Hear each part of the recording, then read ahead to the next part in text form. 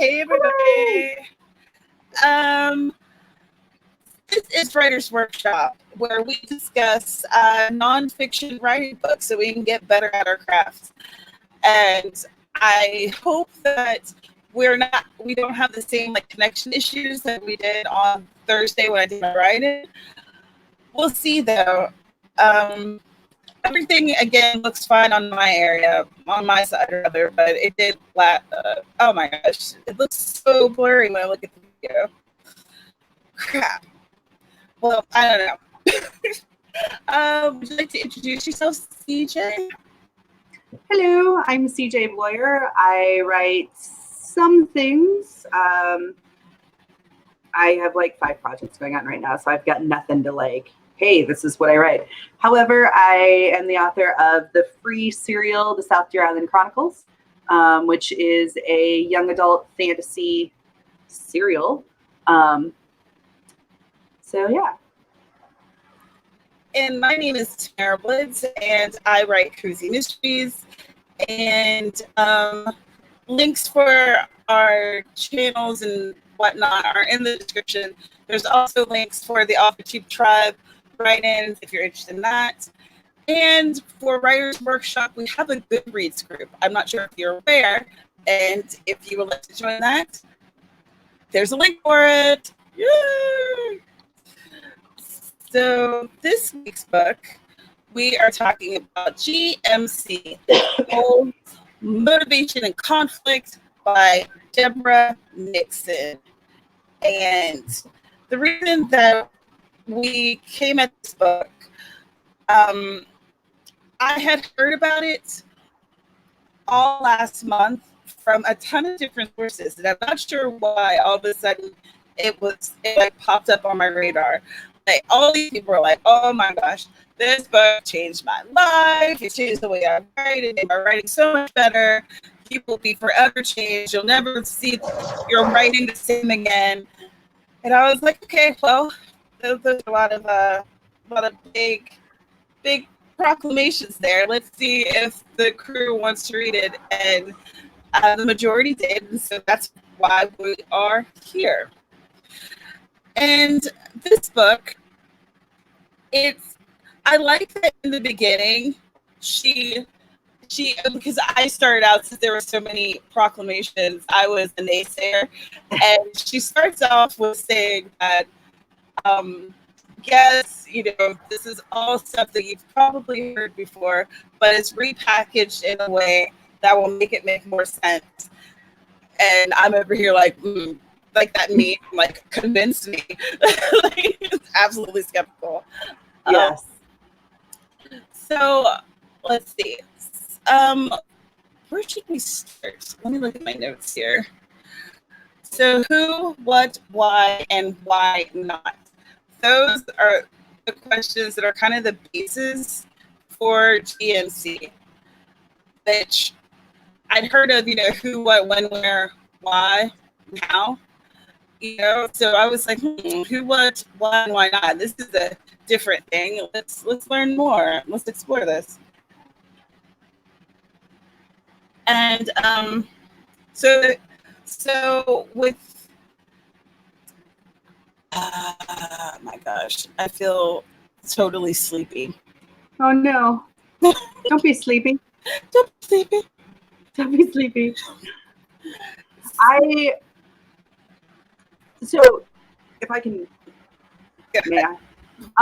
So I agree with you.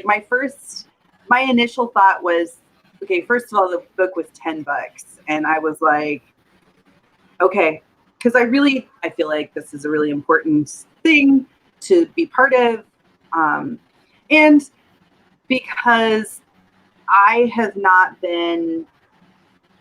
spent a lot of time actually reading, and I think we've talked about this before, actually reading craft books. I buy craft books, but they kind of just sit on my shelf. And so one of the things I really wanted to do was work on things like this. And the introduction and maybe the first 2 chapters, I was kind of like, okay, well, this could have been taken care of with a blog post. And then I wouldn't have had to spend $10 on this book. However, how she talks about that, who, what, why not, and how it expands, that for me, that made it worth, like, as I continued through the book, that really became incredibly valuable. And how she presents the information was obviously very different than a blog post and much more in depth. And she uses really good examples, and I like that. So I think it is good. And she used examples that are really accessible. She harkens more back to film than book, because with film it's visual and you have to show and not tell, essentially.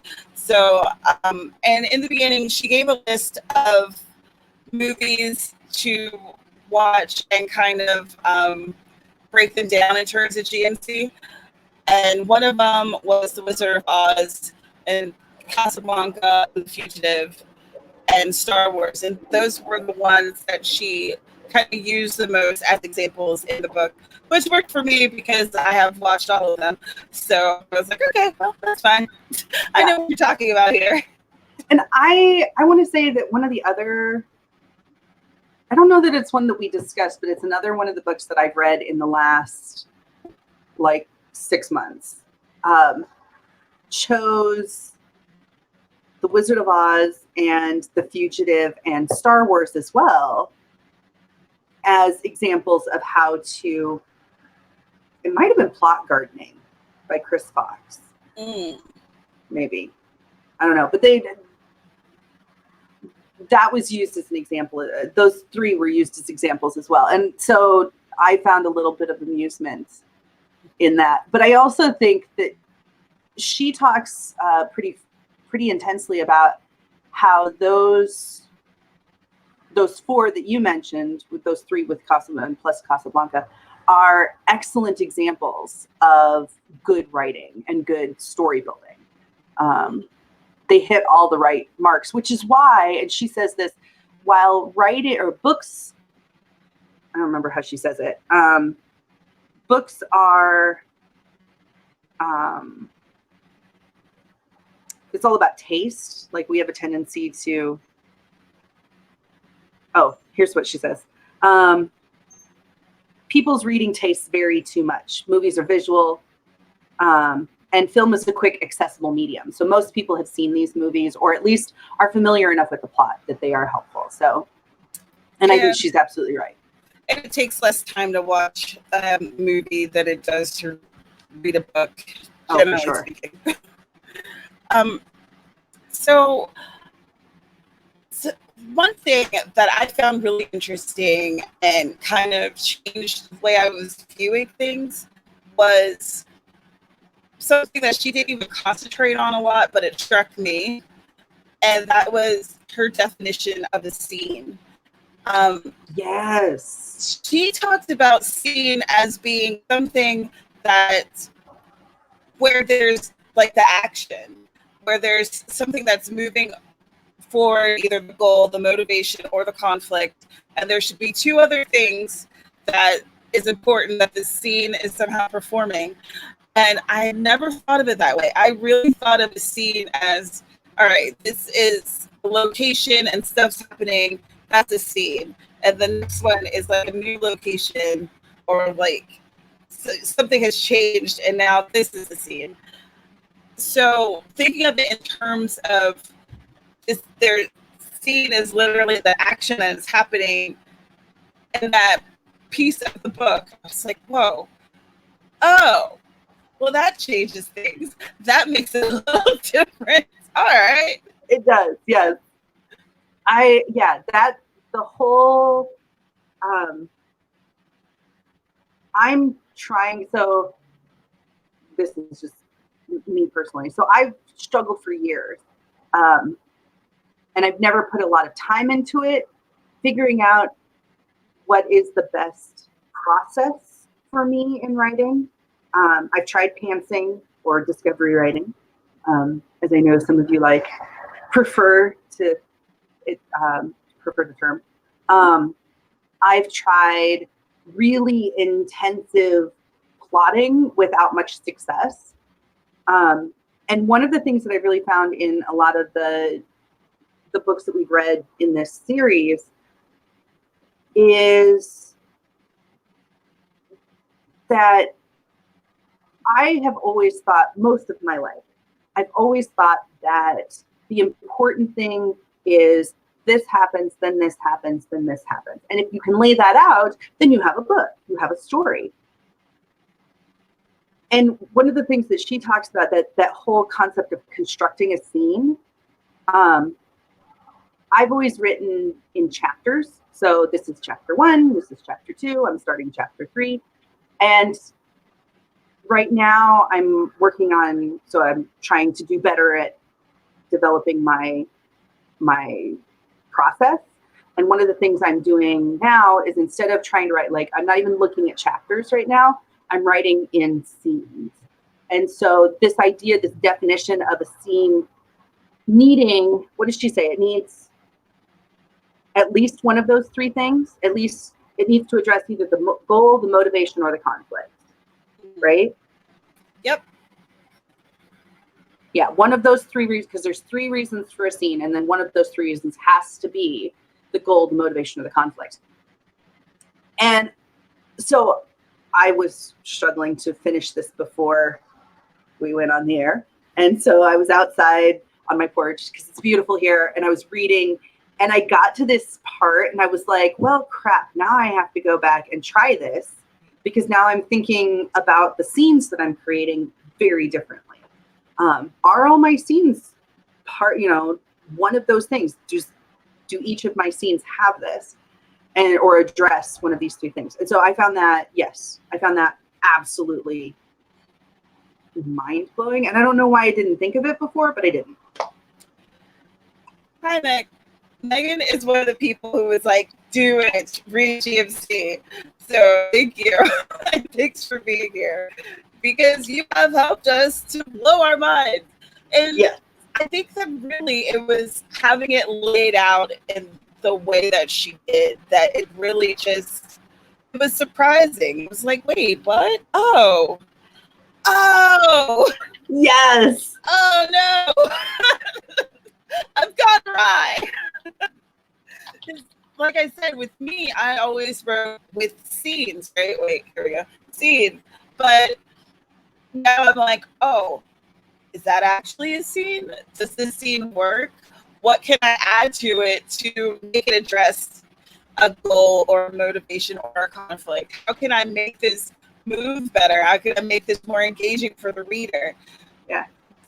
Because I like another thing she did where she talked about our writing as kind of a vehicle for our reader. We're taking them along on the journey, and everything has to be bringing them along for the ride. So it's not really like telling a story, more as giving the reader an experience. Yes. Which, as a reader, I knew that. Right. But my writer brain had not made that connection. She also talks about, and I want you to know, there are parts of this book that really I felt attacked. And part of it's just because I've never had enough time until this year. I've never taken the time. I should say, it's not that I've never had enough time, but I've never taken the time to really study the craft of writing intensely. I've read books here, I've read books there, but like I said, most of them just sit on my shelf and I'm like, I'll get to them someday. That's the whole reason why I did this. Right. Which is so helpful, and I can't tell you how thankful I am for that. That means we've read 8 books this year. I know, and I'm like, that? And that's just, here's my thing. That's just what we've read here. Like, the things that we read here have spurred me to read more books and to try and apply what I've learned in those books to my current writing. So that's been very helpful. But, oh no, now I forgot what I was going to say. Oh no. I'm sorry. No, it's okay. I have a problem with carrying through. Oh, yes, I do. So most of my life, like as I think back on my writing over the years, most of the time she talks about this. I'm trying to think. I'm looking back where she talks about this. She's talking about, I think it's when she's talking about conflict in particular. Nobody wants to read a book about a special person who, what does she say? She describes it as somebody who wins the lottery, loses 47 pounds by eating fewer vegetables, moves to the beach and lives happily. Becomes a film star, marries her co-star, wins an Oscar. Like, nobody wants to read a book about people who succeed. Yeah. And I know that, like you said, I know that as a reader, I enjoy watching characters suffer. But when it comes to my characters, I have often been guilty of wanting to protect them and make them special little princesses. I want them to be special and safe, and I don't ever want to shove them out of the window. And now as I'm reading this, and she's talking about in that conflict today, she's like, if you don't want to torture your characters, then this is not where you should be. You need to want to torture your characters. And honestly, I felt very attacked by that, because I haven't wanted to torture my characters, but I see, I now recognize that is something I need to get better at doing. So I feel say a prayer for my characters. I feel like I may not push my characters enough. Mm-hmm. I'll put roadblocks in their way, but it's not. Oh, what was the term she used? I can't remember. She was talking about conflict. It's not like a penultimate thing, like a big enough conflict. The black moment? Is that what you're talking about? Or no, before that? Before that. The black moment's like the penultimate thing that happens in the end. I can't remember the word. I'm sorry. But anyway, urgency. I don't give it enough urgency. That's what it was. Urgency. And part of urgency is how big that conflict is. There's also some type of, sometimes it's time related, but it needs to happen soon. Whatever that character's goal is, whatever they're trying to achieve, it has to happen soon. There's urgency behind it. Something is pushing them forward to get to this point. And I feel like with the current story that I'm writing, it's there, but it's not developed well enough. Yeah. So it's like the bones are there. Yeah. And I think I'm in that same position, and needing to flesh out those, not just the conflict, because I know that there's, in the story that I've been working on this month, there's plenty of conflict, but the way that I've laid it out, that conflict isn't really urgent.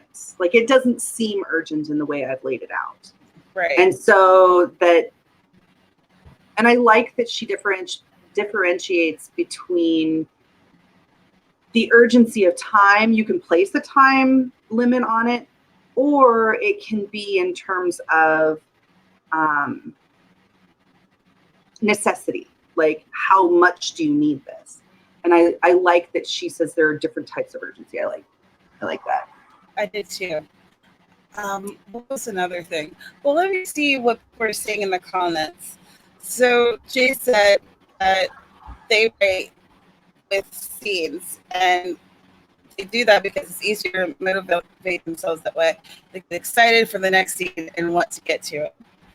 And I think that's great. That's You are further along than we are. Let's For see. sure. Hi, Rita. And hey, Sarah. And Nar said the story of my life, goals, but no motivation, nothing but conflicts. But hey, if we give you some little bit of motivation, then we've got a seed. Right?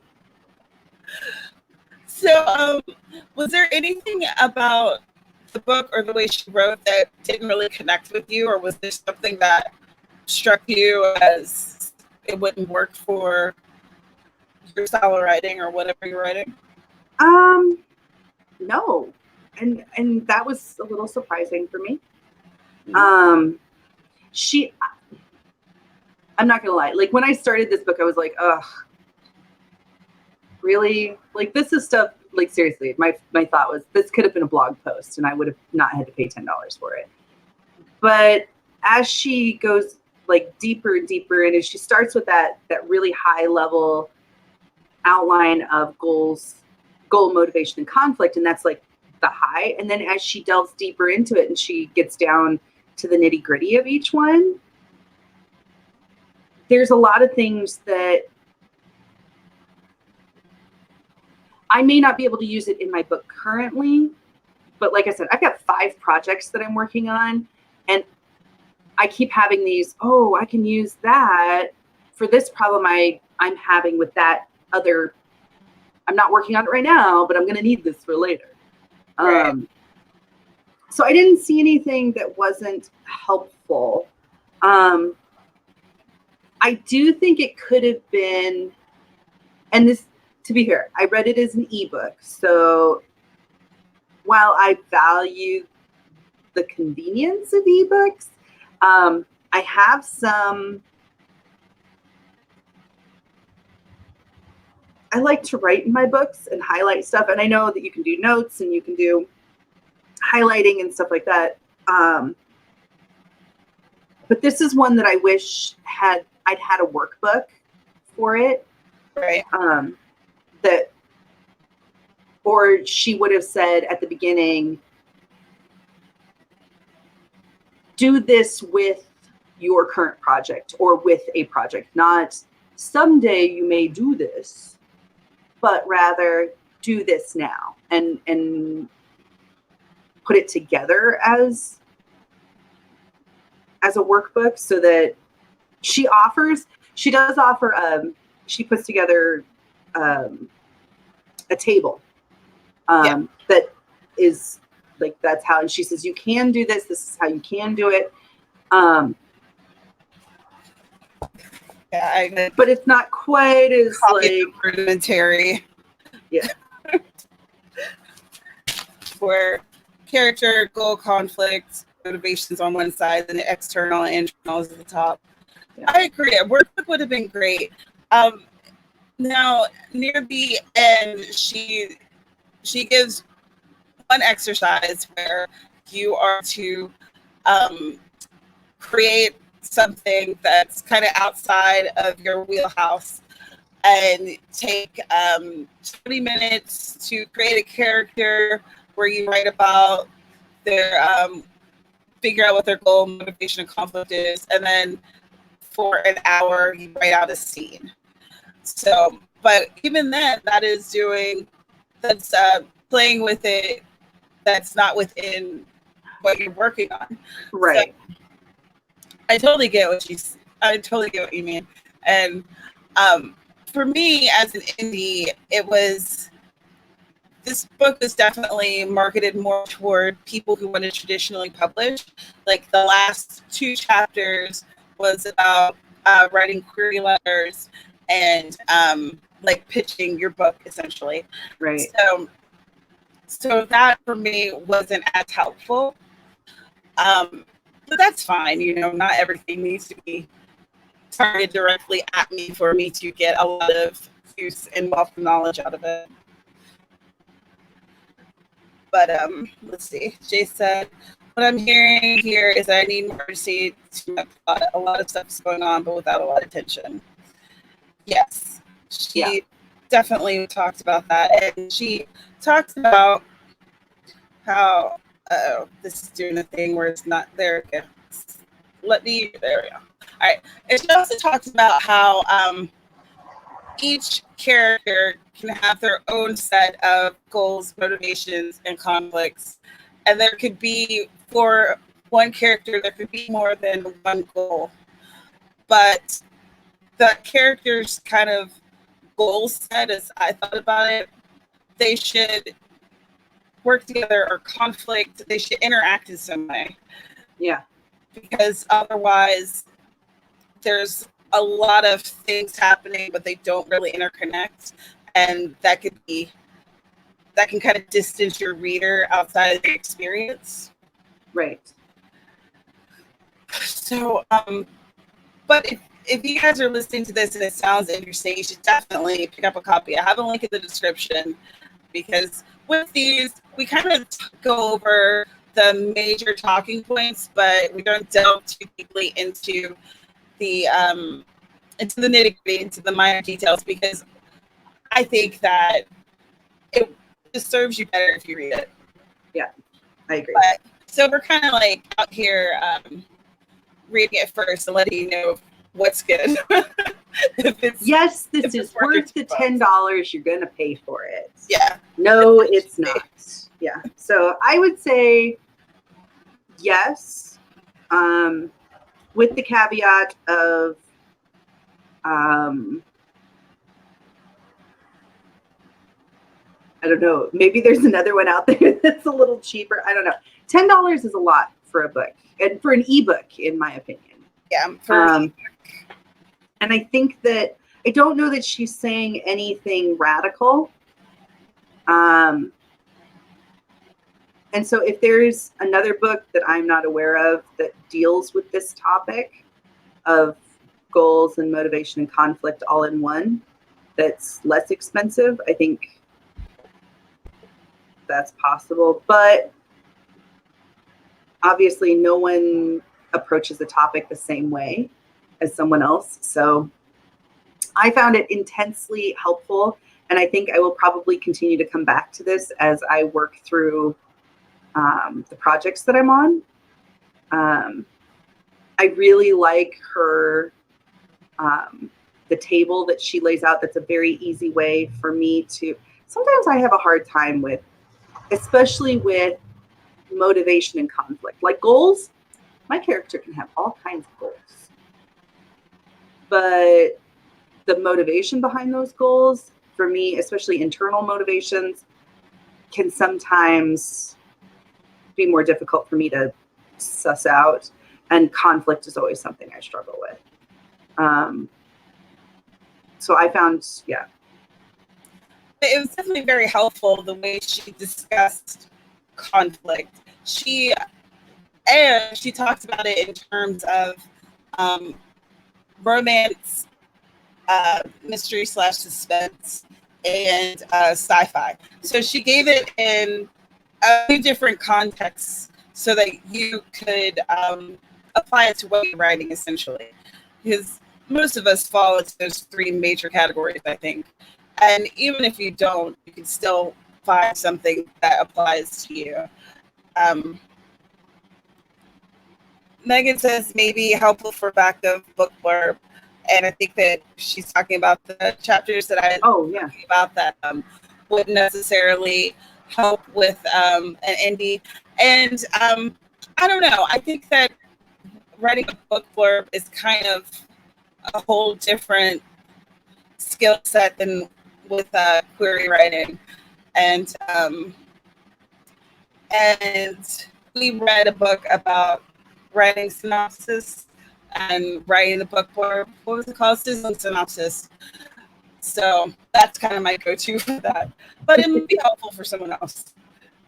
Well, she does it. I will say she does briefly talk about blurbs. Not in the context of blurb, but she does talk about it in the context of almost like an elevator pitch.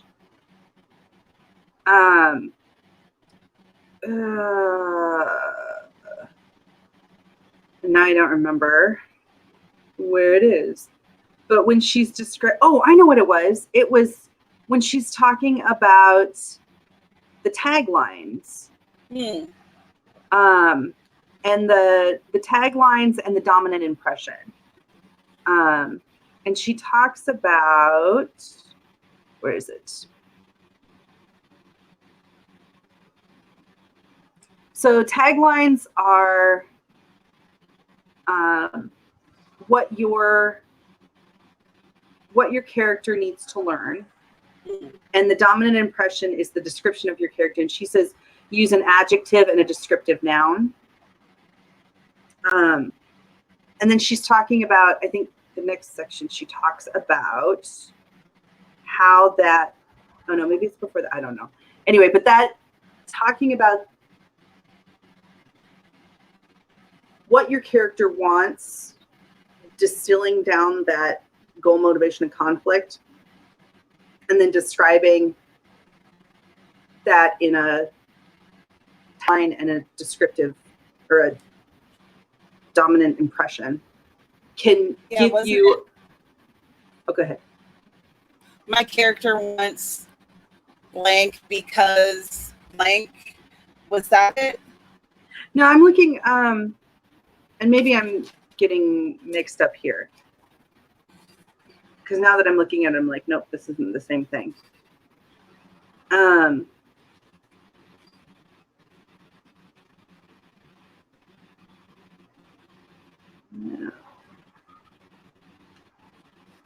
A character wants a goal because he is motivated, but he faces conflict. Is that what you're talking about?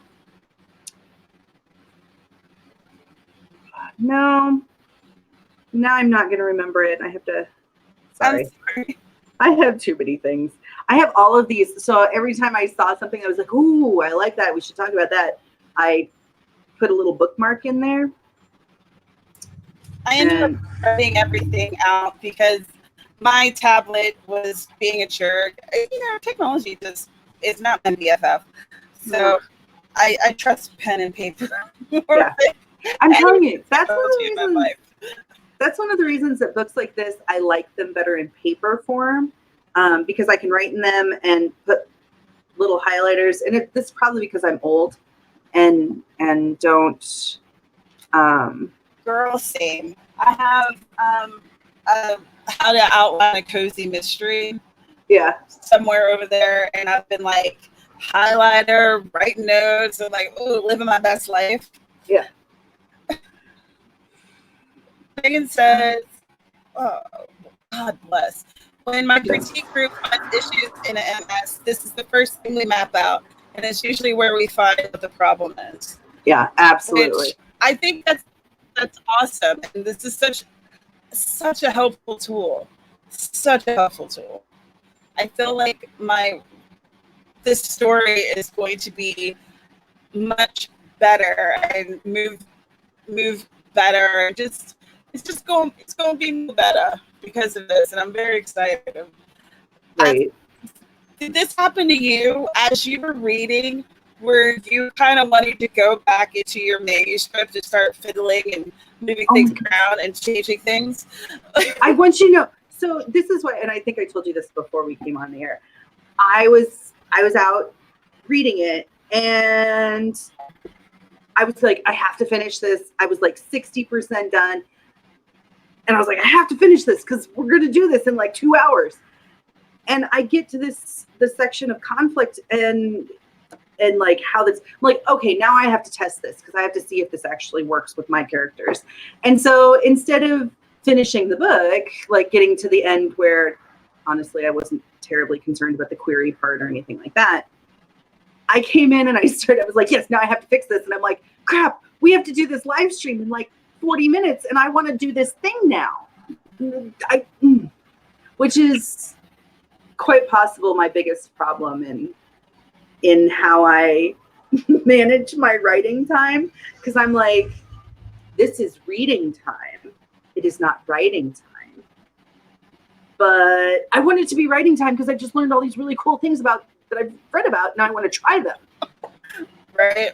So. Yeah, I was like, like as I was reading and I was thinking about what she was saying, each example she was giving, I was thinking about my own characters and my own scenes and trying to figure out, am I doing this? Because, it's different when you have a vague understanding of a thing, right? And so I felt like it was more concrete. Yeah. I felt like it was more concrete. I felt like I had my ish together. And now I'm reading this and I'm like, oh, you don't know what you don't know. Yeah. Sometimes it's a lot. Well, and I'd like to thank her for also giving me an additional step to annoy my sister. My sister, who also, she writes fiction for fun. She's not looking to be a professional fiction writer. She does want to write, just not fiction. She wants to write nonfiction. But she does enjoy writing fiction. And so she's decided she wants to be part of NaNoWriMo this year. And because we live together, we get to share our ideas with each other. And so we can help each other brainstorm and do all of these things. So she came up with this idea a couple of weeks ago, and I think it's a really cool idea. And so she's been working on an outline for NaNoWriMo so that she can be ready for that. And she's telling me about it yesterday in this book. As she's talking about this thing, I keep asking, well, why is your main character doing that? What causes them to do that? Why can't they do that? And I'm asking all these questions. She's like, I'm just trying to tell you the story. And I'm like, I understand. But I've had this revelation, and now you must suffer as well. We're going to be so annoying to everyone. I know. So why do you think your character does that? And I figure, and what I told her yesterday, I was like, here's the thing. If I have to suffer through this question with my characters, I feel like you should have to do the same. I just feel like it should be an equal opportunity thing. Everyone should suffer. Everyone should have to think about their book and their characters and the things that their characters want. I'd also like to say, and this is more of an overview of my journey as a writer, like I said, this last year, I've been able to do a lot more. And part of it's because of the things how I've been able to rearrange my life so that I have more time to work on writing and I can really focus on that. And again, for much of my life, I've always thought, well, writing is about taking a character and putting them in a situation, and then there's plot that happens. And as we've gone through these books, and as especially the craft books, not so much business books, obviously, but the craft books in particular, and you hear that, I know we've talked about it before, that stories are all about character development, and the more character development there is, the better the story. The more people are engaged with your characters, the better the story, the more they like it. And I know as a reader, that's something I can't ever remember telling somebody, oh, I really like this plot thing that happened in this book. It's always, I really like this character. I really like this thing that happens between these two characters. Right. And so this last 6 months, 8 months has been both very helpful in beginning to recognize that I need to stop thinking about my writing as creating plots and more about creating characters and making those characters go on and do their thing. But also in a better grasp of overall what character development is, the nitty gritty of what that looks like. The whole goal, motivation, and conflict is all about character development. And as you dive deeper into this book and she gets more into the little bits that make up each of those things, the more it's very life-changing for me. yeah, you begin to realize that like plot is kind of a consequence of goals, motivation, and conflict. Like it kind of develops on its own in a sense, Yeah. it's just a very different way of looking at things. But for me, I I identify with this more because in my storytelling, I'm always more character driven than plot driven. But I've always felt like plot was a weakness for me because I focused more on character. But now I can focus on character in a way that will strengthen my plot, essentially. So plot won't be as much as an afterthought. Which is nice. It's very nice. It's good times. It's good times. I like learning. Me too. And I feel like I'm growing as a person. Right? And we'll be growing as writers, and it's just great. Jason, just listening to this talk about the book is make me want to go in and fix things. We feel you, Jace. And fantastic. Yes. That's exactly what I want. You should suffer with us. Yeah, I want for people to come to these talks and find something useful and find a new resource, or just talk about a resource that you've enjoyed, that you've already discovered, or even recommended to me. And speaking of recommending, if you would like to recommend books for us, join the Goodreads group and drop recommendations. Let us know what's good. Do you have that linked in the description? Oh, you know it. Yeah. I'm getting better at that. It's only taken 5 years. Pew, pew, pew. Anyway, it's all about progress. It's not about how fast you go. It's the fact that you get to go. I like that. Too bad I'm terribly impatient and I can't actually apply that to my life, but I like the way it sounds. Let's see. What is something that we discussed that we haven't hit upon that wouldn't be taking away from their reading experience? Book talks are interesting in that way. It's like you have a fine line between talking about a book and then talking about it too much. Right? I'm looking at my notes that I made here. Yeah, urgency doesn't require a time clock, something that requires immediate attention.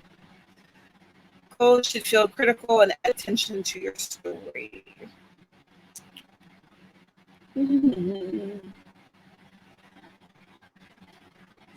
Oh, romance as a point of conflict in romance books. I thought that was interesting. That was something I wanted to hit on because, romance can be a subplot regardless of your genre. Right.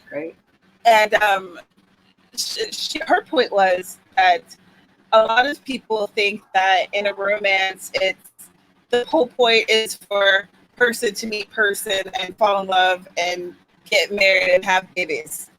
But in reality, in a romance, the actual romance is supposed to be inconvenient. It's supposed to be a point of conflict. And I was like, whoa. My reading history, I have read a buttload, crap ton of romances. And when I think about the ones that I liked the most or the ones that I enjoyed the most, romance was not what they were trying to do. And in fact, because they weren't trying to do it, that's what made it that much more interesting and me wanting to see how they're going to freaking wind up together, these crazy kids who didn't even want to meet, but somehow had to. So I thought that was great point. I agree. Yes. And I love that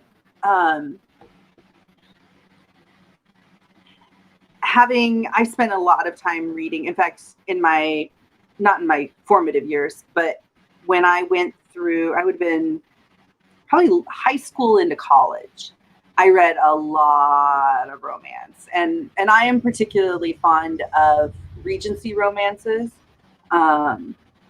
historical Regency romances. And there's a couple of authors that I think are just amazing at their craft and what they do. And I don't know that I've read some of those books in a long time, but I still have them on my shelves. Like, there are books that I've kept for years that I don't think I've read in years because they did intrigue me so much. And I love the way the characters, and I was just thinking about one of those books I actually can remember highlighting, which when I read that part, I can remember highlighting in the book how a scene where the two main characters, the heroine and the love interest, were, the heroine is telling the love interest how she has no interest in him whatsoever. And they are like agreeing that no, we don't like each other at all. This is not what we're doing. And I can remember highlighting that and being like, this is supposed to be a romance novel. What is up with this? And so that moment I was like, oh, it's all come true. I understand now. So that was fun for me. Enemies to lovers trope. Yes. I grew up reading a lot of romances because that's what my mom read, and I just devour them because she was definitely a binge reader before it was a thing. And I remember Irene Johansson, Faye Preston, Kay Hayes, and of course Nora Roberts. But I remember these authors who they first started with writing kind of like Harlequin or rough swept romances that were pretty short, but like Fabian Preston, she went into doing historical romances that were published through Avon Books, which I don't even think exist anymore, but they would be like 350-page tomes of these incredibly interesting and well-crafted historical romances. And I think that if I were to go through these books that I used to love and read and reread and apply GMC to their books, that it would absolutely make sense. And and I wondered, why do I remember these books so well? What was it? It's because they were filled with conflict that made sense with the characters. And each character had their own goals and their own motivations and their own conflicts that would like bump up against the main characters. And like, it just all makes sense. Why does the book work? Why do some books kind of stay in your mind? Discounting the ones that are so bad that you remember them, not this. The ones that are so like good. I'm just in pain for this, and I must remember the pain. But yeah, I feel like it's so weird. I feel like I've woken up to something new, which is for sure exciting, incredibly exciting. Let's see. Do you see much colleagues to lovers? Oh, definitely. It definitely happens in romances pretty frequently. Oh, for sure. Especially the modern ones. Mm-hmm. And I think that speaks to a lot of that. There's an identifiable thing there that as adults, we tend to, our main source of, once you get past college, our main source of interaction with other adults is through work. And so that's where a lot of people meet their spouses or their girlfriends or boyfriends or whatever. Like once you get past your mid-20s, those are the people you spend the most time with. And I think there's a lot of connection there. It's interesting because, you see often people being like, how do you make friends when you're an adult? And it's like, I guess, I don't know, join a club, go to a job, start author tube channel, and make friends with other people on the internet. Right. The internet is a wonderful place for community. You just got to be careful, not to get into the dark places. Don't go to the dark side. Don't go to the dark side. Even if they offer you cookies, don't go. It's not worth it. The cake is a lie. The cake is a lie. All right. Well, I feel like this was awesome. I am so glad that we read this. Absolutely. And I hope that if you're watching this right now, or if you're watching this later, that you will pick up a copy and tell me how, it works for you. You can send me a message on Facebook, or you can tweet me, because YouTube has a messaging system that doesn't really seem to work. But my links are in the description, and if you pick up a copy, let me know how it works for you. I'm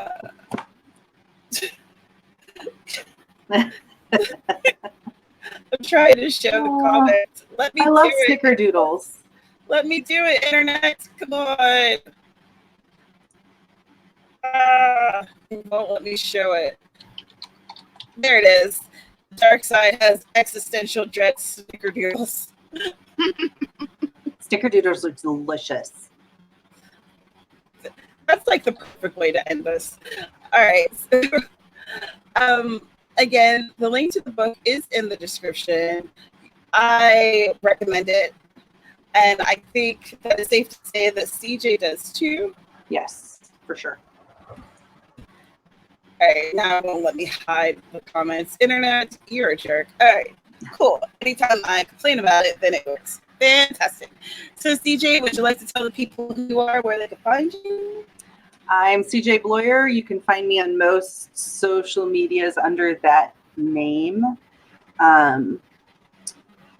You can also find, I noticed that in the description, it still has my Tumblr link, but that is no longer available. I will update. My bad. But you can search the South Deer Island Chronicles, and it will come up on WordPress, under WordPress, where the story is now housed. You can go and read that. There's 23 episodes out there. I've got more to come. And every Friday night, I'm over on Sarah Sharnwipper's channel, hanging out with the good people, writing things and doing so under duress of a time clock. But we have a good time. And I think that's about it for me. So this is my channel, and my name is Tamara Woods, and you'll find me here talking about books and writing. I'm a cozy mystery author. In the description, you will find all sorts of goodies. If you want to join the Writers Workshop Good Read group, that link is in the description. If you would like to order a copy of this book, GMC, is also in the description. I'm updating your blog as we speak. I also launched AuthorTube News with Kara Brown. Our first episode launched this week, and I am pumped. And I would love if you guys would go check that out.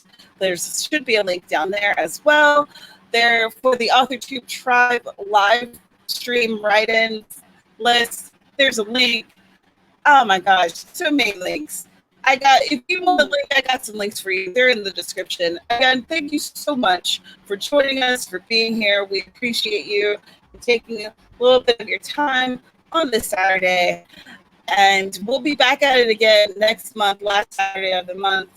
And I'll let you guys know what we're reading a bit earlier. September got away from me, but October I'm going to be on top of things. I promise. And until the next time, we'll see you later. Happy writing, y'all. And long, prolonged out.